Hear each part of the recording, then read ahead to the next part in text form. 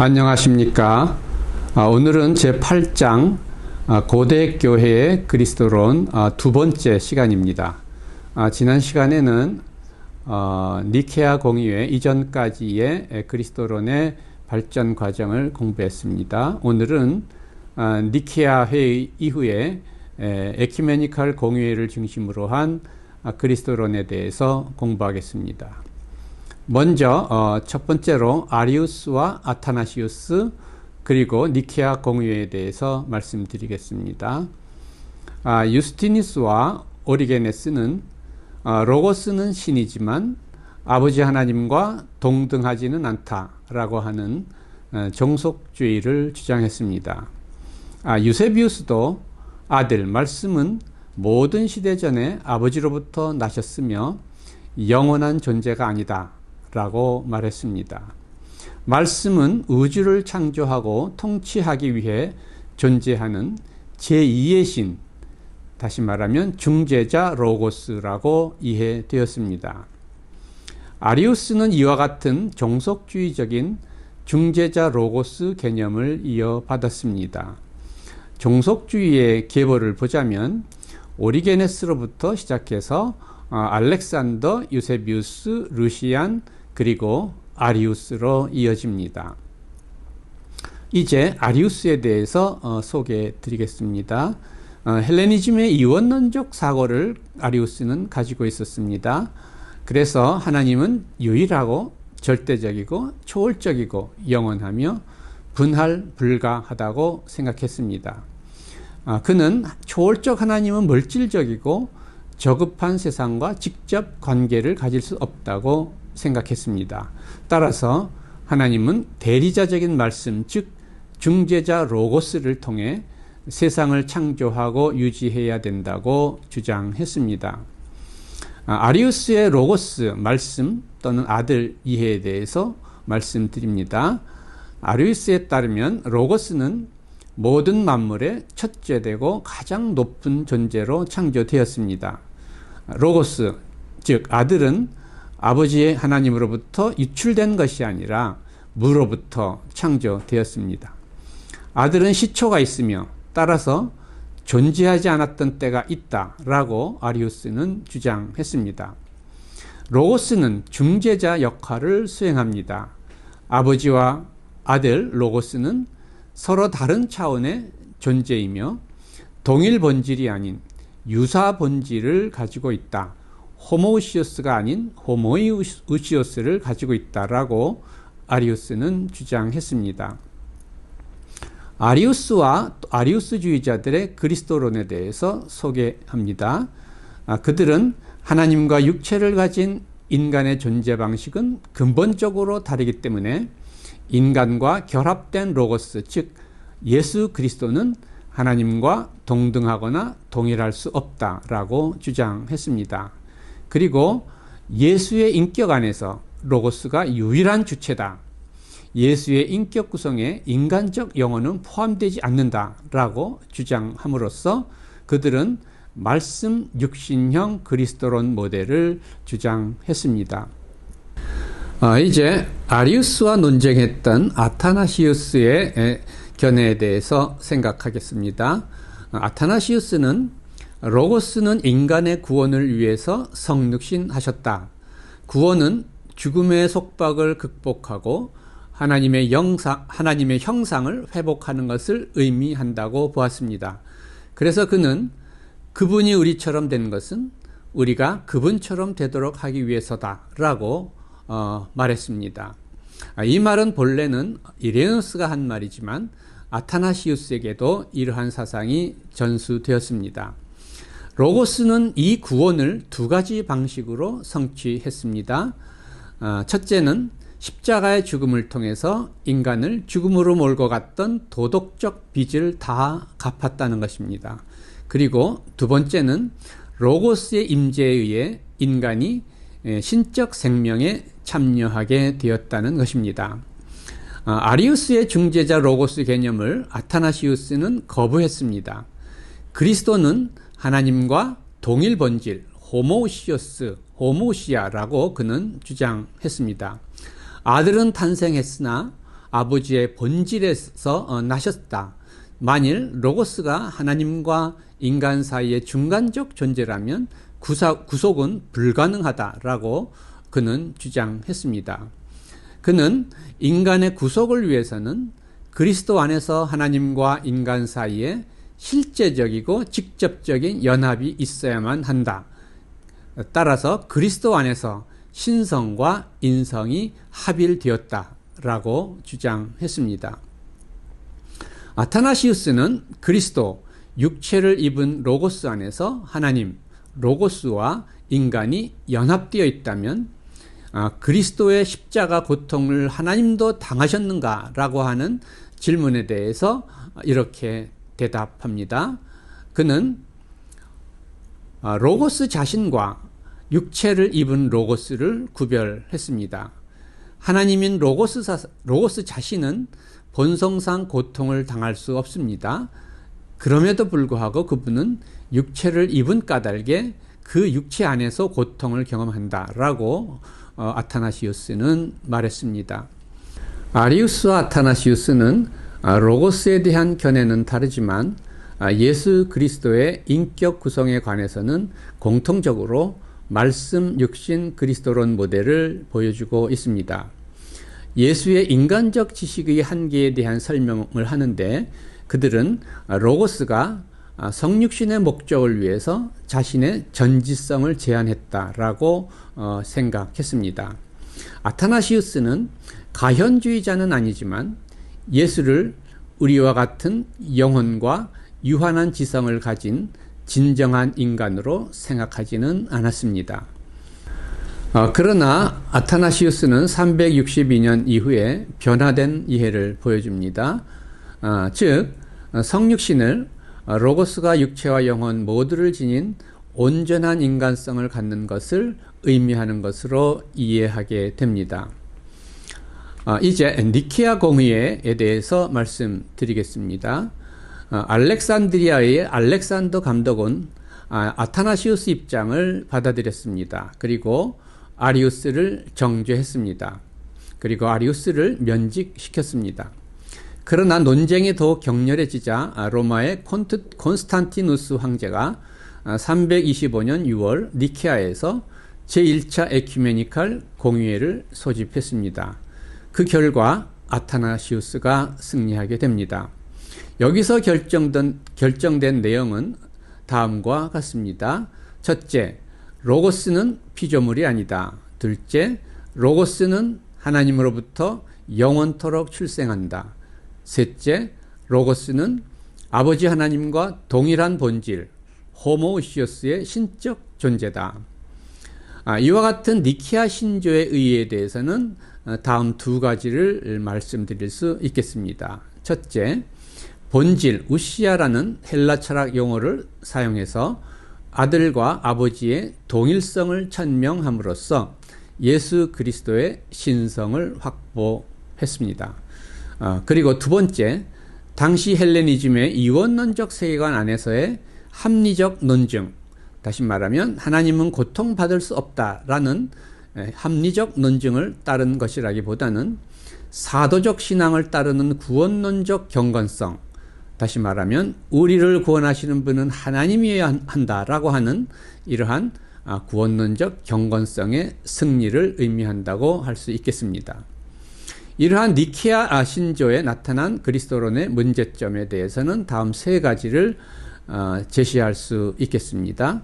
첫째, 니케아 신조에서 로고스의 신적 본질을 표현하기 위해 사용한 헬레니즘 세계의 언어, 즉 우시아, 하이포스타시스, 피시스 같은 언어들은 오늘날 정확하게 규명하기 힘든 모호성을 안고 있는 언어들입니다. 두 번째, 이 신조는 본질과 위격 개념을 구별하지 않고, 다시 말하면 우시아와 하이포스타시스 개념을 구별하지 않고 같은 의미로 사용했습니다. 다시 말하면 이 신조에서 동일 본질, 호모우시오스는 동일 위격, 호모 하이포스타시스로 이해될 수 있었습니다. 그러므로 이 신조는 사벨리우스적인 양태론자들, 의해서 받아들여졌고, 말하자면 동일 위격이라는 관점에서 이해할 수 있었던 그러한 신조였습니다. 여기서 세 번째, 여기서 성육신은 말씀 육신 모델을 의미하는지 말씀 인간 모델을 의미하는지 분명치 않다는 점도 또한 지적될 필요가 있겠습니다. 이제 아폴리나리우스와 제1차 콘스탄티노플 공회에 대해서 말씀드립니다. 예수의 신성이 확보된 이후에 제기된 문제는 예수 그리스도의 한 인격 안에서 신성과 인성이 어떤 관계로 함께 연합되어 있는가 하는 것입니다. 먼저 아폴리나리우스, 라오디게아 주교인 아폴리나리우스에 대해서 말씀드립니다. 아폴리나리우스는 예수 그리스도의 신성을 강조했습니다. 그리하여 예수의 인격과 삶에 인간적 중심이 있다는 사실을 부인했습니다. 따라서 그는 인성을 약화시켰습니다. 그에 따르면 예수 그리스도의 인격적 통일성이 강조되어야 했습니다. 예수 그리스도는 신적 로고스가 성육신한 하나의 본성, 하나의 혼합된 본성으로서의 한 인격, 이와 같은 표현을 아폴리나리우스는 사용했습니다. 아폴리나리우스의 그리스도 모델을 로고스 말씀 육신 모델이라고 명명할 수 있습니다. 그는 말씀이 육신이 되었다라는 성경의 말씀을 문자적으로 이해했습니다. 그래서 로고스가 취한 것은 인성 전체가 아니라 단지 예수의 몸이라고 이해했습니다. 예수는 인간적 지성 또는 이성적 영혼이 없다. 예수는 육체적으로는 인간이지만 영적으로는 인간이 아닌 오직 하나님이다. 예수는 인간의 몸을 가졌지만 인간의 영혼은 가지지 않았다. 라고 하는 것이 아폴리나리우스의 주장이었습니다. 예수의 영혼은 신적 로고스, 그리고 예수의 인성은 신적 영혼, 즉 로고스에 의해서 철저하게 통제되기 때문에 예수는 결코 죄를 지을 수 없었다라고 그는 주장했습니다. 제1차 콘스탄티노플 공의회의 제2차 에큐메니칼 공의회라고도 불리우는 이 제1차 콘스탄티노플 공의회가 381년 열리게 됩니다. 이 공의회에서는 예수의 인간적 영혼의 주체성을 부인하는 아폴리나리우스를 정죄했습니다. 카파도기아의 세 교부, 나치안주스의 그레고리우스, 니사의 그레고리우스, 그리고 가이사라의 바실리우스, 이 세 교부들이 말씀 인간형을 지지하면서 아폴리나리우스를 정죄합니다. 나치안주스의 그레고리는 그가 취하지 않은 것은 그가 치유하지 않았다. 그러나 그의 신성에 연합된 것은 또한 구원을 받는다라고 주장함으로써 로고스가 육체뿐만 아니라 영혼까지 취해야 영혼을 포함한 전 인간이 구원을 받는다는 사실을 분명히 했습니다. 이들은 말씀 인간형을 주장했습니다. 그러나 이들도 인성이 신성에 흡수된다고 보았습니다. 말하자면 낮에 별빛이 태양빛에 흡수되는 것처럼 그렇게 인성이 신성에 흡수된다라고 주장했습니다. 이제 니키아 콘스탄티노플 신조, 이 콘스탄티노플 공의회에서 채택된 나이신 콘스탄티노플 크리드의 내용과 의의에 대해서 살펴보겠습니다. 세 가지입니다. 첫째는 예수 그리스도가 피조물이 아니고 성부와 동일 본질이라고 하는 니케아 신조를 여기서 재확인했습니다. 그리고 두 번째, 아들이 성령에 의해 동정녀 마리아로부터 사람이 되셨다라고 고백함으로써 그리스도의 참 인성을 확증했습니다. 그리고 세 번째, 본질 우시아와 위격 하이포스타시스를 구별했습니다. 본질은 보편적 실제로, 그리고 위격은 개별적 실제로 의미를 구별했습니다.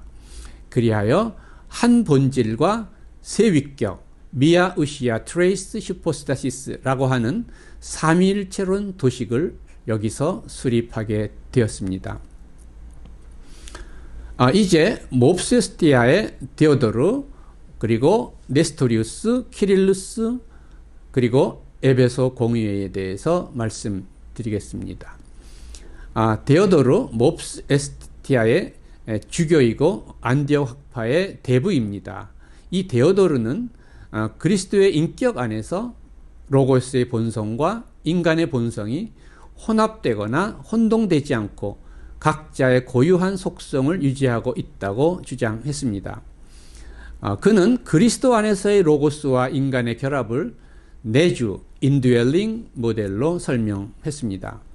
그리스도의 내주는 하나님의 본질에 의한 것도 아니고 그렇다고 단지 임의적인 자의적인 행위에 의한 것도 아니라 내주는 하나님의 선한 기쁨, good pleasure에 의한 것이라고 그는 말했습니다. 여기서 선한 기쁨이란 하나님의 가장 고상한 의지를 의미합니다. 이 의지는 하나님께 헌신되기를 갈망하는 자들을 하나님이 기뻐하심으로 그들에게 하나님이 바라는 의지라고 그는 주장했습니다. 이와 같은 테오도르의 그리스도론의 특징을 다음 몇 가지로 말씀드릴 수 있겠습니다. 첫 번째, 성육신에 있어서 하나님과 인간의 관계를 실체의 관점이 아닌 의지의 관점에서 그는 설명했습니다. 예수는 하나님의 은혜로운 주도권 안에서 로고스 하나님과 자신의 선한 의지의 동역에 의해 덕의 절정을 향하여 진보해 갔다라고 디오도르는 말했습니다. 또한 디오도르는 내주 모델을 통해서 하나님의 본성과 인격, 그리고 인간의 본성과 인격이 각각 완전하다는 사실을 강조했습니다. 이와 같은 테오도르의 사상은 그의 제자인 네스토리우스에게 전수되었습니다.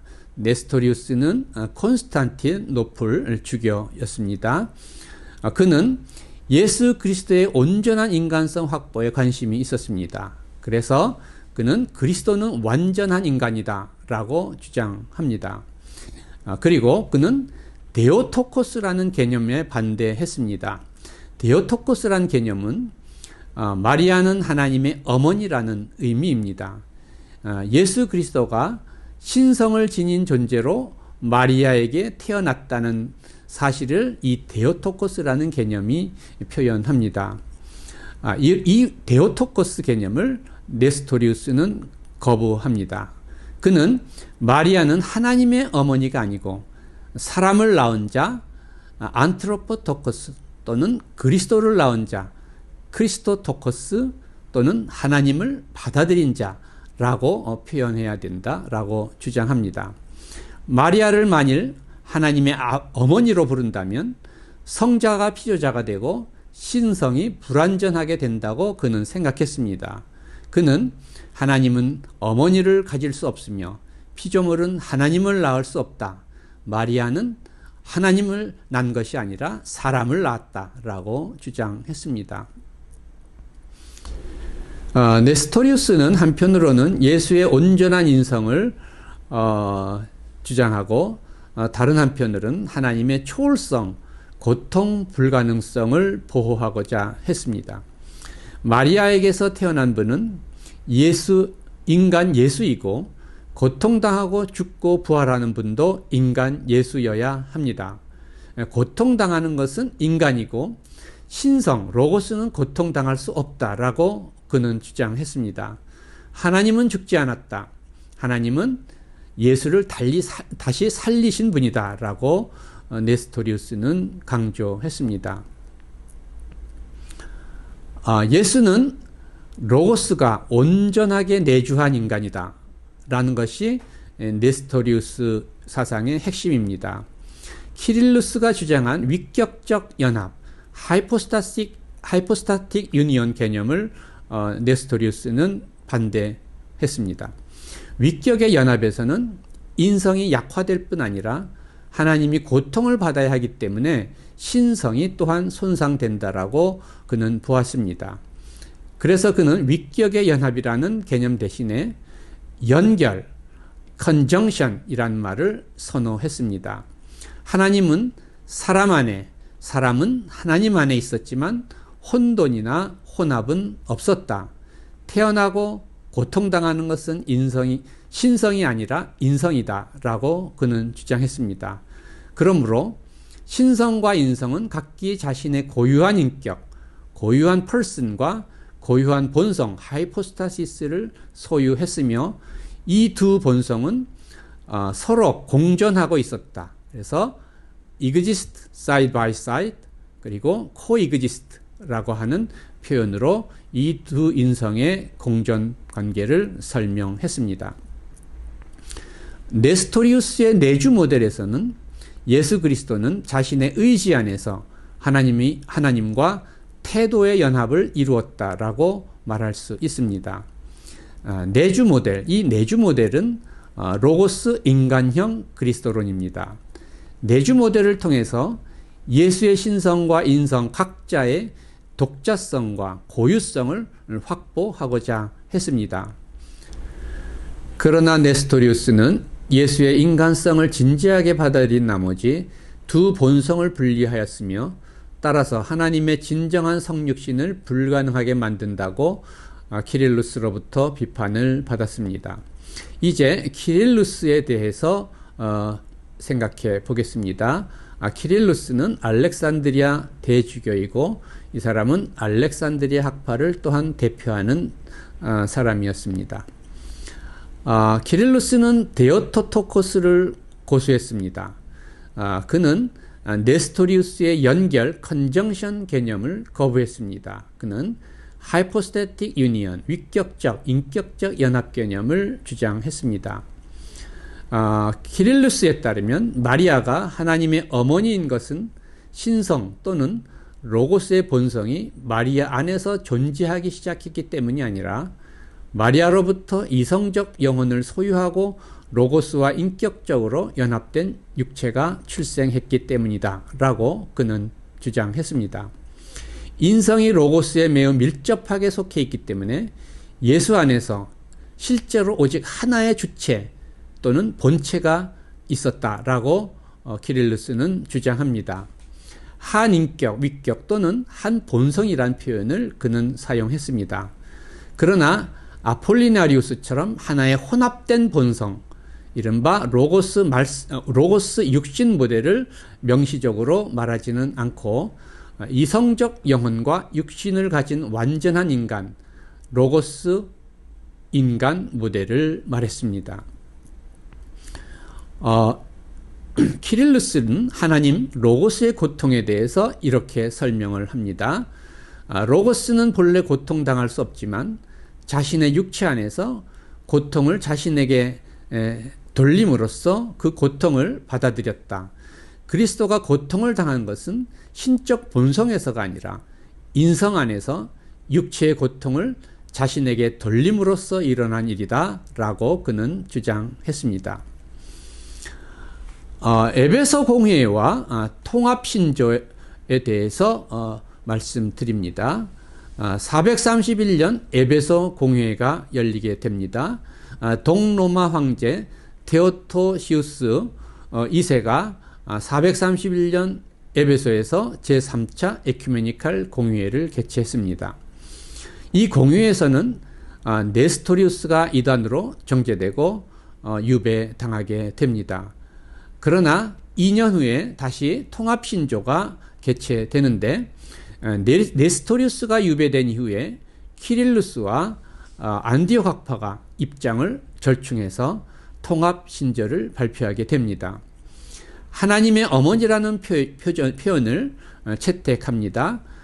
그리스도의 인격적 주체가 신적 로고스라는 사실을 다시 확인했다는 점에서 키릴루스의 입장이 반영되었다고 할 수 있습니다.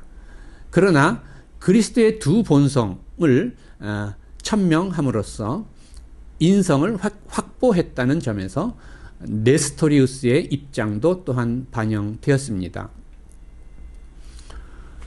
이제 유티케스와 콘스탄티노플 종교회의 그리고 에베소 도둑회의에 대해서 말씀드리겠습니다.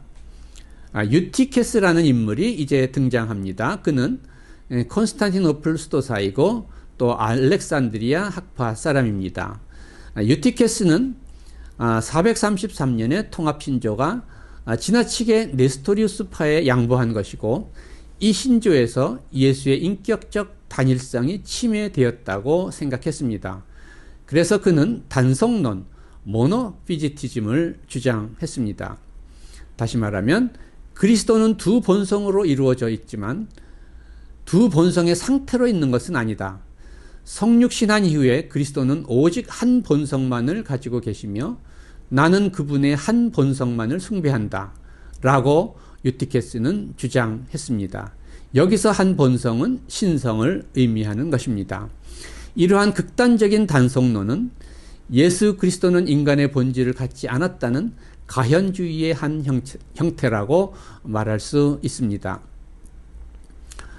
그리하여 448년 콘스탄티노플 종교회의가 개최됩니다.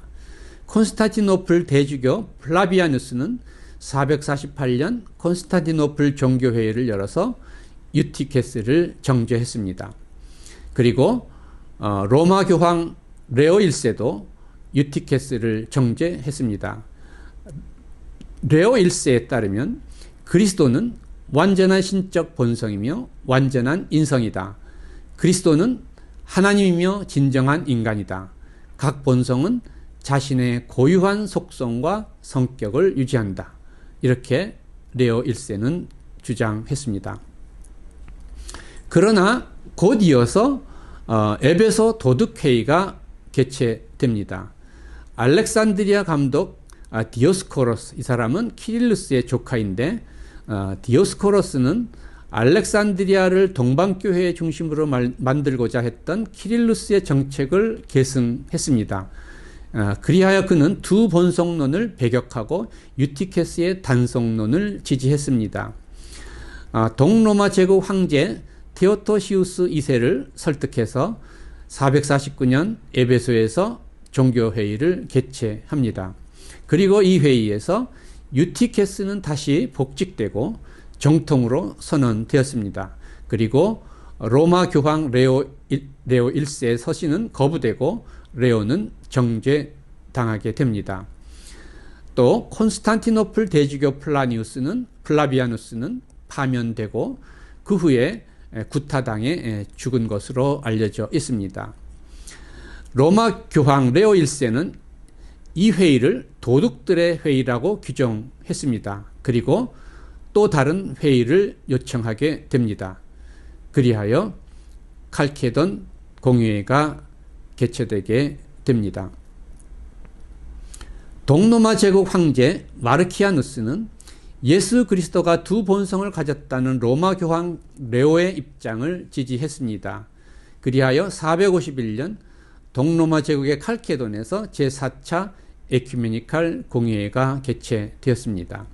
여기서 에베소 도둑회의의 결과를 무효화하고 단성론자들을 정죄합니다. 그 내용을 살펴보면 다음과 같습니다. 첫째, 안디옥과 알렉산드리아 학파 양쪽에서 아폴리나리우스, 네스토리우스, 유티케스 같은 사람들이 정죄당합니다.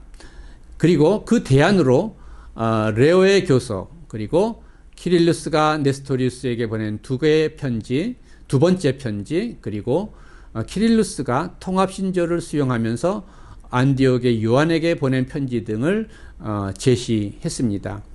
이 신조는 그리스도의 한 인격 안에서 두 본성을 균형 있게 표현하고자 했습니다. 여기서 그리스도 안에서 신인 두 본성이 혼동되거나 변화되지 않고 또 분리되거나 분할되지 않고 연합되어 있다라고 주장했습니다. 혼동되거나 변화되지 않는다. unconfused 그리고 unchanged, 그리고 분리되거나 분할되지 않는다. undivided 그리고 unseparated, 이 네 가지 부정적인 표현을 사용했습니다. 앞에 두 구절은 유티케스의 단성론을 정죄하고 두 본성의 구별을 강조함으로써 인성을 확보하려는 네스토리우스의 견해를 반영한다고 할 수 있습니다. 그리고 뒤에 두 구절은 네스토리우스를 정죄하고 두 본성의 위격적 연합을 주장하는 키릴루스의 견해를 반영한다고 할 수 있습니다. 이 칼케돈 신조에 대해서는 다음과 같은 평가를 할 수 있겠습니다. 첫째, 예수 그리스도가 참 신성과 참 인성, 베레데우스, 베레호모를 가졌음을 확증했습니다. 그리하여 한인격 두본성론, one person, two natures, 성육신 교리가 확립되었습니다. 그러나 두 번째로 한인격 안에서 두 본성의 연합을 단지 부정적이고 역설적인 방식으로 표현했습니다.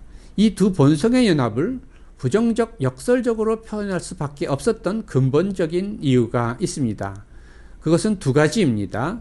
하나는 헬라 철학의 이원론적이고 실체론적 세계관 안에서 신성과 인성은 서로 양립 불가능한 두 실체로 간주되었기 때문입니다. 그러므로 어떻게 이 두 본성이 연합할 수 있는지는 설명할 길이 없었습니다. 신성은 무한하고 영원하고 전지, 현재, 전능하다고 여겨졌습니다. 반면에 인성은 유한하고 시간적이고 지식과 공간과 힘의 한계를 가지고 있다고 여겨졌습니다. 두 본성의 연합을 부정적으로 표현할 수밖에 없었던 두 번째 이유는 안디옥 학파와 알렉산드리아 학파의 서로 다른 성육신 모델을 결합했기 때문입니다. 한편으로 안디옥 학파의 내주 모델이 아닌 알렉산드리아 학파의 위격적 연합 모델을 채택했습니다. 그리고 다른 한편으로 알렉산드리아 학파의 말씀 육신 모델이 아닌 안디옥 학파의 말씀 인간 모델을 채택했습니다. 그러나 위격적 연합 모델은 말씀 인간 모델이 아니라 말씀 육신 모델과 더 잘 어울립니다. 그리고 말씀 인간 모델은 내주 모델과 조화됩니다. 그런데 위격적 연합 모델을 말씀 인간 모델과 결합했기 때문에 이 연합에 대한 이해 가능한 설명이 어려울 수밖에 없다는 것입니다. 따라서 칼케돈 신조의 근본적인 문제는 이해 가능한 설명을 어렵게 만드는 모순적인 사고의 틀 자체에 있다고 할 수 있습니다. 그럼에도 불구하고 우리는 이 신조가 당시의 헬레니즘의 이원론적 세계관과 복잡하게 얽힌 교회의 정치적 상황 속에서 에큐메니칼 공유회를 통해서 고대 교회가 이끌어냈던 하나의 가능한 최선의 선택이었다라고 정당하게 평가할 수 있을 것입니다.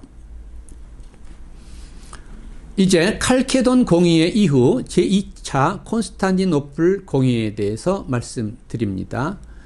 칼케돈 공의회 이후에 칼케돈 신조를 거부하는 교회들이 여전히 있었습니다.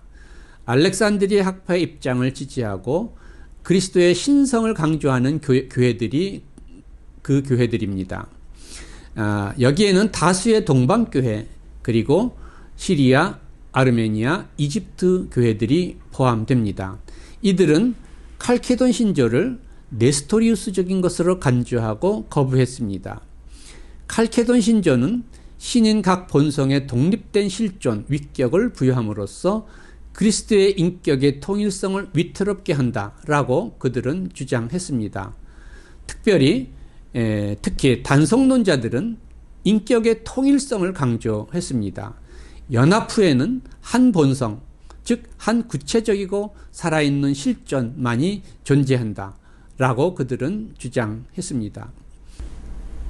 동로마 제국의 제논 황제는 교회의 분열을 치유하기 위해서 통합 칙령인 헤노티콘을 발표했습니다. 여기서는 니케아 콘스탄티노플의 신조를 재확인하고 네스토리우스와 유티케스를 정죄하고 키릴루스의 12장을 인정했습니다. 그런데 여기서 칼케돈 신조를 무시하는 듯한 언급을 발견할 수 있습니다. 칼케돈이나 그 밖의 다른 어떤 회의에서나 뭐 이러한 표현을 통해서 거기에 문제가 있다면 반드시 문제를 삼을 수도 있다. 이러한 언급을 했습니다. 그 온건한 단성론자들은 이 칼케돈 신조와 레오의 교수를 비난하기 위해서 헤노티콘을 받아들였습니다. 그러나 극단적인 단성론자들은 이 헤노티콘마저도 거부했습니다. 그러므로 이러한 상황에서 레온티우스라고 하는 사람이 등장하게 됩니다. 그는 칼케돈 신조에 대한 새로운 해석을 수행함으로써 칼케돈 신조를 옹호하고자 했습니다. 그가 제시한 두 가지 중요한 개념이 안하이포스타시스 그리고 엔하이포스타시스입니다. 안하이포스타시아, 무인격적 인간성, 영어로는 impersonal humanity라고 번역될 수 있는데, 이 개념은 예수의 인성은 자체의 인격, 자체의 하이포스타시스를 가지고 있지 않다고 하는 뜻입니다.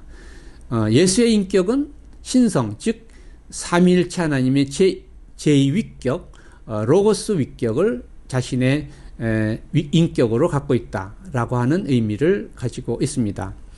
그리고 엔하이포스타시스, 엔하이포스타시아는 내위격적 인간성, 그리고 영어로는 impersonal humanity라고 번역할 수 있습니다.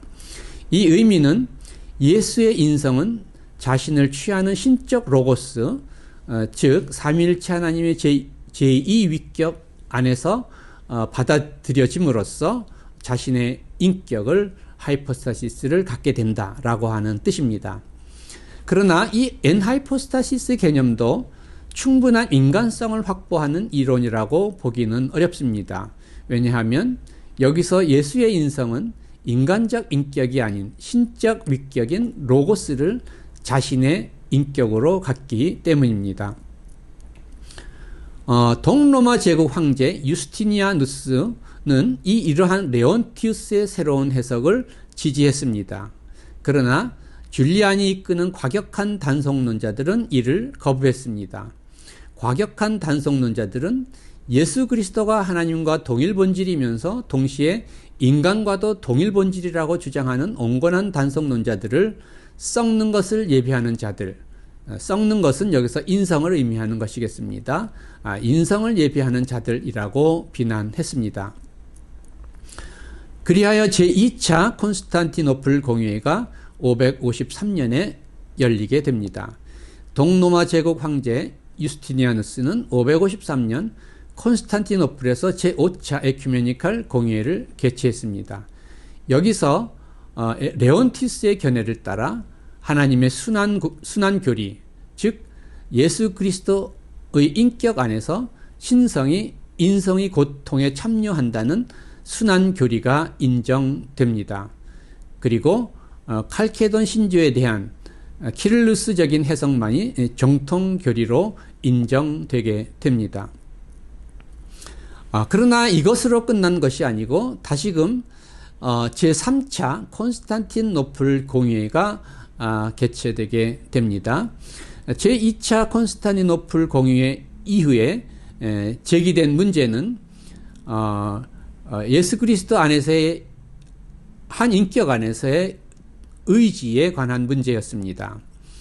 동로마 제국 황제 헤라클리우스가 콘스탄티노플 대감독 세르기우스를 따라서 통일 정책을 선언했는데 거기서 이렇게 천명되었습니다. 그리스도가 하신 모든 일은 한 신인의 힘, One Divine Human Energy에 의한 행동이었다. 그리고 그는 세르기우스가 작성한 칙령 액터시스를 발표했는데 이 액터시스에서는 그리스도가 한 의지를 가졌다라고 하는 단의론, 모노실레티즘이 천명되었습니다. 그러나 이러한 단의론에 대한 반대들이 나타났습니다. 가장 대표적인 사람이 콘스탄티노플 출신의 수도사 고백자 막시무스입니다. 이 막시무스에 따르면 그리스도 안에는 두 본성적 힘, 에너지와 두 본성적 의지가 있다라는 것입니다. 교황 요한 4세는 그리스도 안에 한 의지가 있다는 단위론을 이단으로 규정했습니다. 그리고 또한 교황 마르티누스 1세도 그리스도 안에는 신인 두 의지가 있다라고 선언하게 됩니다. 논쟁의 근원이 된 단성론파 지역이 이슬람에 의해 점령되는 사건이 일어났습니다. 그러자 동로마 제국의 황제 콘스탄티누스 4세는 이 로마 교회를 달래기 위해서 교황 아가토와 협상을 벌이게 됩니다. 그리하여 황제의 후원으로 680년과 681년에 콘스탄티노플에서 제3차 콘스탄티노플 공회가 열리게 됩니다. 이 회의는 동시에 제6차 에큐메니칼 공회이기도 합니다. 이 제3차 콘스탄티노플 공회에서 결정된 내용은 이와 같습니다. 먼저 신조의 그 내용을 살펴봅니다. 그리스도는 두 본성적 의지를 가졌다. 이 둘은 상반되지 않으며 인간의 의지는 신적이고 전능한 의지에 저항하거나 주저함 없이 순종한다 라고 하는 것이 이 신조의 내용이었습니다. 이 신조는 완전한 신성과 마찬가지로 그리스도의 완전한 인성을 위해서는 인간적 의지가 필요하다는 사실을 인정했습니다. 이 신조는 예수 그리스도의 인간적 본성과 의지가 신적 본성과 의지에 흡수되지 않고 보존된다는 사실을 확증했다는 점에서 의미가 있다고 할 수 있습니다. 니케아 칼세돈 그리고 제3차 콘스탄티노플 공회는 모두 로마 교회의 승리라고 할 수 있습니다. 이제 마지막으로 고대 교회의 그리스도론 논쟁 역사를 간단히 도표로 요약해 보았습니다. 325년 니케아 공의회에서는 그리스도의 신성이 확정되었습니다. 이른바 호모우시오스 동일본질 교리가 채택되었습니다. 논쟁의 당사자인 아타나시우스와 아리우스 가운데 아타나시우스의 호모우시오스 개념이 채택되고 아리우스의 호모이우시우스 개념이 거부되었습니다. 그리고 제1차 콘스탄티노플 공의회가 381년에 열렸습니다. 여기에서는 그리스도의 신성과 인성이 확증되었습니다. 말씀 육신론이 아니라 말씀 인간형을 주장했던 카파도기아 신학자들의 견해가 채택되고 말씀 육신론을 주장했던 아폴리나리우스가 정죄되었습니다.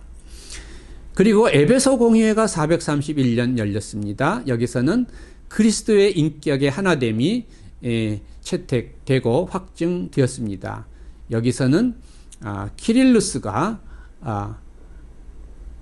네스토리우스와의 대결에서 승리했습니다. 키릴루스의 하이포스타틱 유니언, 위격적 연합 개념이 채택되고 네스토리우스의 내주 개념, 인드웰링 개념이 거부되었습니다. 그리고 433년 통합신조에서는 한 인격 안에 두 본성 교리가 채택되었는데 여기서는 키릴루스와 네스토리우스의 두 입장이 절충되었습니다. 그리고 콘스탄티노플 종교회의가 448년 열렸습니다. 여기서는 두 본성 각각의 고유한 속성이 확인되었습니다. 여기서는 레오 1세의 입장이 반영되고 단성론을 주장했던 유티케스가 정죄되었습니다. 그리고 451년 칼케돈 공의회에서는 그리스도 안에 한 인격 안에서 두 본성이 혼동되거나 변화되거나 분리되거나 분할됨 없이 위격적 연합을 이루고 있다는 한인격 두 본성론이 확정되었습니다. 여기서는 키릴루스와 네스토리우스 사상의 종합이 이루어졌다고 할 수 있습니다. 그리고 제2차 콘스탄티노플 공의회가 553년에 열렸는데 여기서는 무위격적, 내위격적 인간성, 엔하이포스타시스 개념에 기초한 레온티우스의 새로운 칼케돈 신조 해석이 채택이 되고 줄리안의 과격한 단성론이 거부되었습니다. 그리고 마지막으로 680년 제3차 콘스탄티노플 공의회가 개최됐습니다. 여기서는 드의지론, 양이론이 채택되고 단이론이 거부되었습니다. 막시무스의 입장이 반영되고 세르기우스 입장이 거부되었습니다. 이제 고대 교회의 구속교리에 대해서 말씀드리겠습니다. 고대 교회에는 한인격 두 본성론과 같은 성육신 교리만이 발전되었던 것이 아닙니다. 고대 교회에는 또한 구속교리가 전개되었습니다.